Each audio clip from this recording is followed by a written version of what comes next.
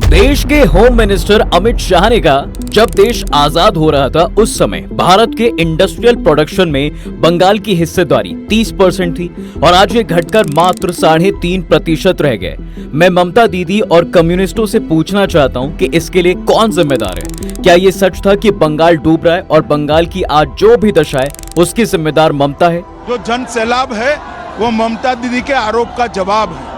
अब बंगाल के अंदर हिंसा की, भ्रष्टाचार की और परिवारवाद की राजनीति नहीं चलेगी। बंगाल की जनता विकास चाहती है, बंगाल की जनता लोकतंत्र चाहती है और बंगाल की जनता सिद्धांतों की राजनीति चाहती है। अब इसका कॉन्टेक्स्ट बिना इतिहास के तो क्लियर नहीं हो सकता, इसलिए ये सुनिए। फ्रांस के ट्रैवलर फ्रांसिस बर्नियर का कहना था कि उस समय का बंगाल उसी समय के सबसे खूबसूरत और बेहतर दिखने वाले यूरोप से भी कई गुना बेहतर था और आजादी के वक्त इंडिया को जो स्टेट टॉप परफॉर्मर था वो कोई और नहीं बल्कि बंगाल ही था। मतलब सीधे सीधे शब्दों में कहा जाए तो जब इंडिया को आजादी मिली तो बंगाल उस समय इंडिया का बेस्ट स्टेट हुआ करता था। अब बात चाहे इंफ्रास्ट्रक्चर की हो, एजुकेशन की हो या फिर इंडस्ट्री की, हर मामले में वो आगे था। इतना ही नहीं, 18वीं सेंचुरी तक तो बंगाल भारत का सबसे बड़ा ट्रेड हब हुआ करता था। अलग अलग देश के ट्रैवलर्स ने उस टाइम के बंगाल को एक वेल एस्टैब्लिश्ड और ऑर्गेनाइज्ड स्टेट बताया था। और अगर आपको लगता है ये सब काफी था तो ये भी सुनिए। 1947 में जब देश आजाद हो रहा था तब बंगाल का जो पर कैपिटा था वो देश में टॉप पर था, लेकिन आज उसी बंगाल के हालात ये हैं कि पर कैपिटा के मामले में वो छत्तीसगढ़ से भी नीचे पहुंच चुका है। लेकिन ब्रिटिशर्स के अंडर लगातार फलने फूलने वाला बंगाल आज इतना पीछे कैसे रह गया? क्या इसमें वहां की मौजूद सरकार की गलती है या फिर बंगाल खुद को बदलते हुए डेवलपमेंट्स के अकॉर्डिंग बदल नहीं पाया? अब जहां एक तरफ देश के अलग अलग हिस्सों में बड़ी बड़ी कंपनीज अपने प्लांट्स लगा रही हैं, वहीं दूसरी तरफ बंगाल में कोई क्यों अपने प्लांट्स नहीं लगाना चाहता।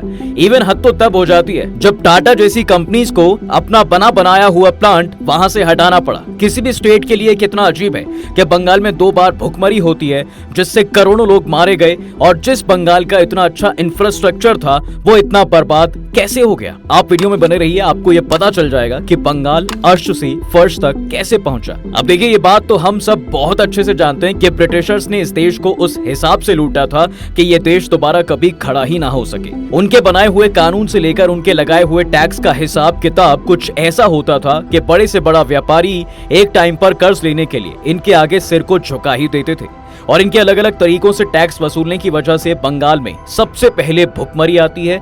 ये भुखमरी 1770 के समय आई और अपने साथ लाखों लोगों की जान ले गई, क्योंकि 1770 से पहले बंगाल में लगातार सूखा चल रहा था और जिसकी वजह से बंगाल के किसान वो रिजल्ट नहीं पा सके जिसकी उन्हें उम्मीद थी। लेकिन ब्रिटिशर्स तो ब्रिटिशर्स ठहरे, क्योंकि जो टैक्स लेने का तरीका था उसे कम नहीं किया गया और बस इस वजह से किसान के पास फसल बची ही नहीं। और ये जो भुखमरी थी वो सूखे के बाद इस हद तक चली गई कि लोग भूखे ही भगवान को प्यारे हो गए। इसके बाद भुखमरी का दूसरा सबसे बड़ा एग्जाम्पल तब देखने को मिला जब 1943 में ईस्ट इंडिया कंपनी अपने सोल्जर्स के लिए जितना भी खाने पीने का सामान था उसे प्रिजर्व करके रख रहे थे या फिर इंग्लैंड एक्सपोर्ट कर रहे थे। इस वजह से बंगाल के लोगों के लिए कुछ बचा ही नहीं और भुखमरी एक बार फिर हद पार कर गई और रिजल्ट आया कि 20 से 30 लाख लोग फिर से भूख की वजह से मारे गए और बंगाल को कहीं ना कहीं पीछे धकेलने में इसने एक बहुत बड़ा रोल प्ले किया। दूसरी सबसे बड़ी वजह जिस वजह से बंगाल पीछे गया,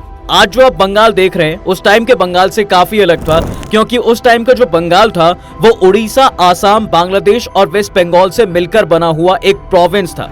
लेकिन फिर धीरे धीरे असम को 1874 में अलग कर दिया गया, जिस वजह से टी ऑयल के जो नेचुरल गैस है वो बंगाल के हिस्से से शिफ्ट होकर असम के हिस्से में चली गई। और इतना ही नहीं, इसके बाद 1912 में बिहार और उड़ीसा को अलग कर दिया गया। झारखंड तब बिहार का पार्ट हुआ करता था और जो मिनरल रिच स्टेट्स थे वो भी बंगाल के हाथ से चले गए।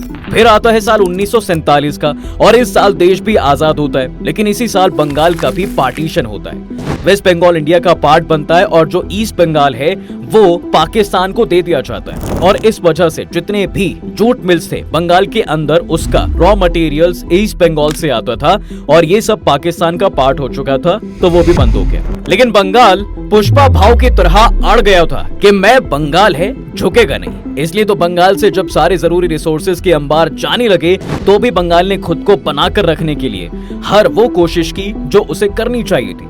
1947 में बंगाल एक इंडस्ट्रियल हब था और इंडिया का बेस्ट स्टेट था जहां पर इंडस्ट्रीज थी।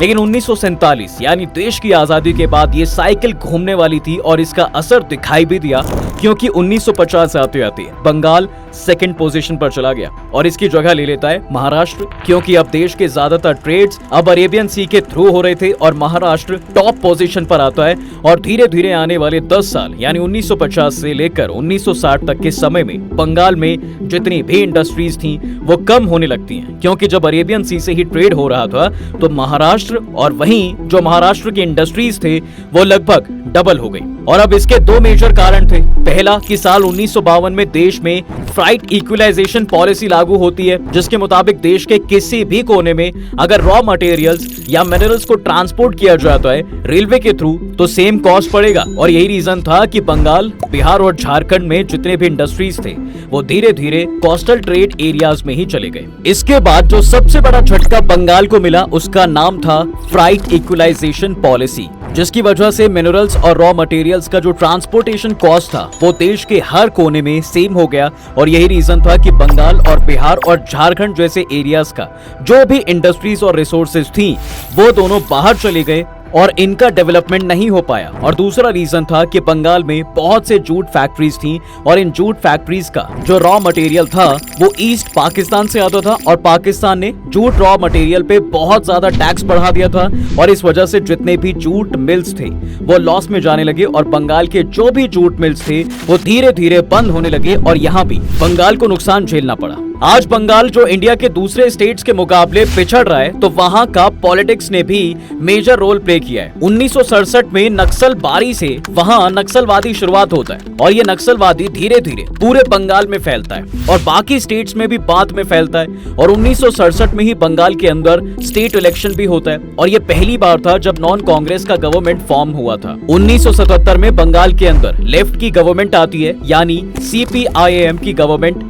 CPIM मेजॉरिटी सीट्स लाता है और गवर्नमेंट फॉर्म करता है और CPIM यानी communist party of India Marxist. और 1977 में ज्योति बासु बंगाल की CM बनती हैं। CPIM के पार्टी ने 2011 तक बंगाल में रूल किया, लगभग 34 साल।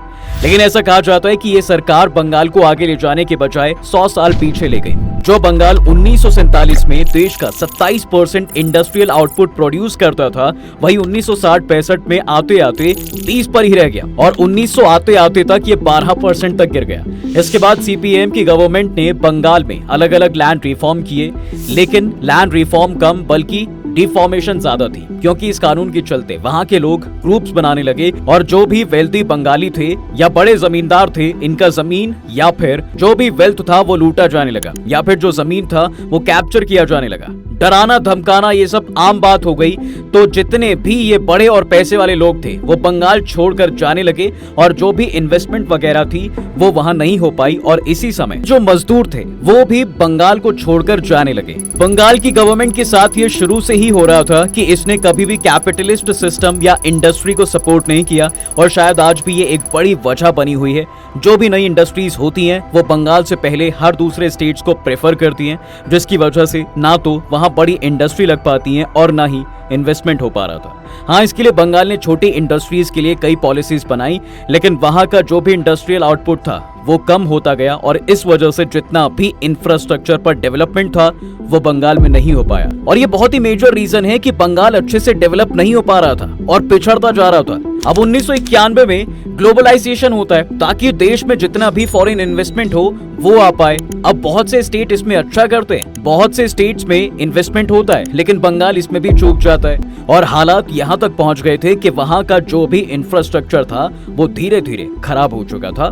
बाकी स्टेट्स के मुकाबले। इस समय तक बंगाल की एक एंट्री इंडस्ट्रियलिस्ट इमेज बन चुकी थी। वो इंडस्ट्री को सपोर्ट नहीं करते, या जैसे 2008 में टाटा ग्रुप्स के साथ हुआ था, रतन टाटा चाहते थे कि बंगाल के अंदर टाटा की फैक्ट्री सेटअप की जाए और ये बंगाल के सिंगूर में होना था और इसी फैक्ट्री को बनाने के लिए गवर्नमेंट लगभग 1000 एकड़ टाटा ग्रुप्स को देती है, लेकिन बाद में यहाँ पे कंट्रोवर्सी क्रिएट हो जाती है। अब लोगों का कहना है कि गवर्नमेंट ने अच्छे से लैंड डिस्ट्रीब्यूशन नहीं किया है और सही मुआवजा नहीं दिया गया और ये जो जमीन थी वो फार्मिंग के लिए थी और लोगों का ये आरोप था कि गवर्नमेंट ने उनसे जबरदस्ती जमीन ली है और इस वजह से प्रोटेस्ट होने लगे और ये बहुत बड़ी कंट्रोवर्सी बन गई और बंगाल के हर ग्रुप ग्रुप्स के लोग या फिर जो भी इंटेलेक्चुअल्स थे या फार्मर्स थे, सब प्रोटेस्ट में उतर गए। साथ ही जो अपोजिशन लीडर्स थे जैसे ममता बनर्जी, वो भी प्रोटेस्ट करने लगी। अब इस कंट्रोवर्सी की वजह से टाटा ग्रुप्स को अपनी इस इंडस्ट्री को वहां से खत्म करना पड़ता है और बंगाल के अंदर जो मॉडर्न इंडस्ट्री का शुरुआत होना था वो वहां बंद हो गया।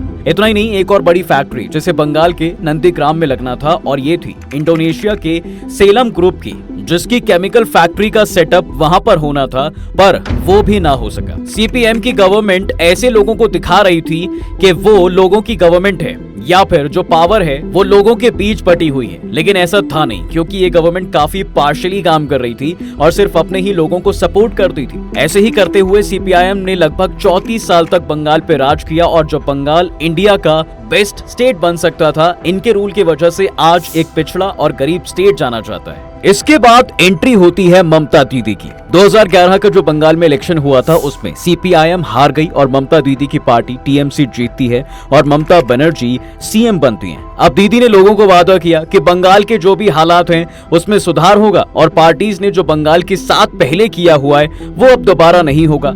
लेकिन असली में हुआ क्या, ये हम सब देख रहे हैं। चाहे पॉलिटिकल वायलेंस हो या फिर ममता की तानाशाही, सब सीपीआईएम के वक्त के जैसा ही क्यों है। हाँ, कुछ सुधारों को इग्नोर जरूर किया जा सकता है और ये कुछ डेटा में दिखाई भी देता है, लेकिन संदेश खली ने दिखाया कि बंगाल की असलियत क्या है।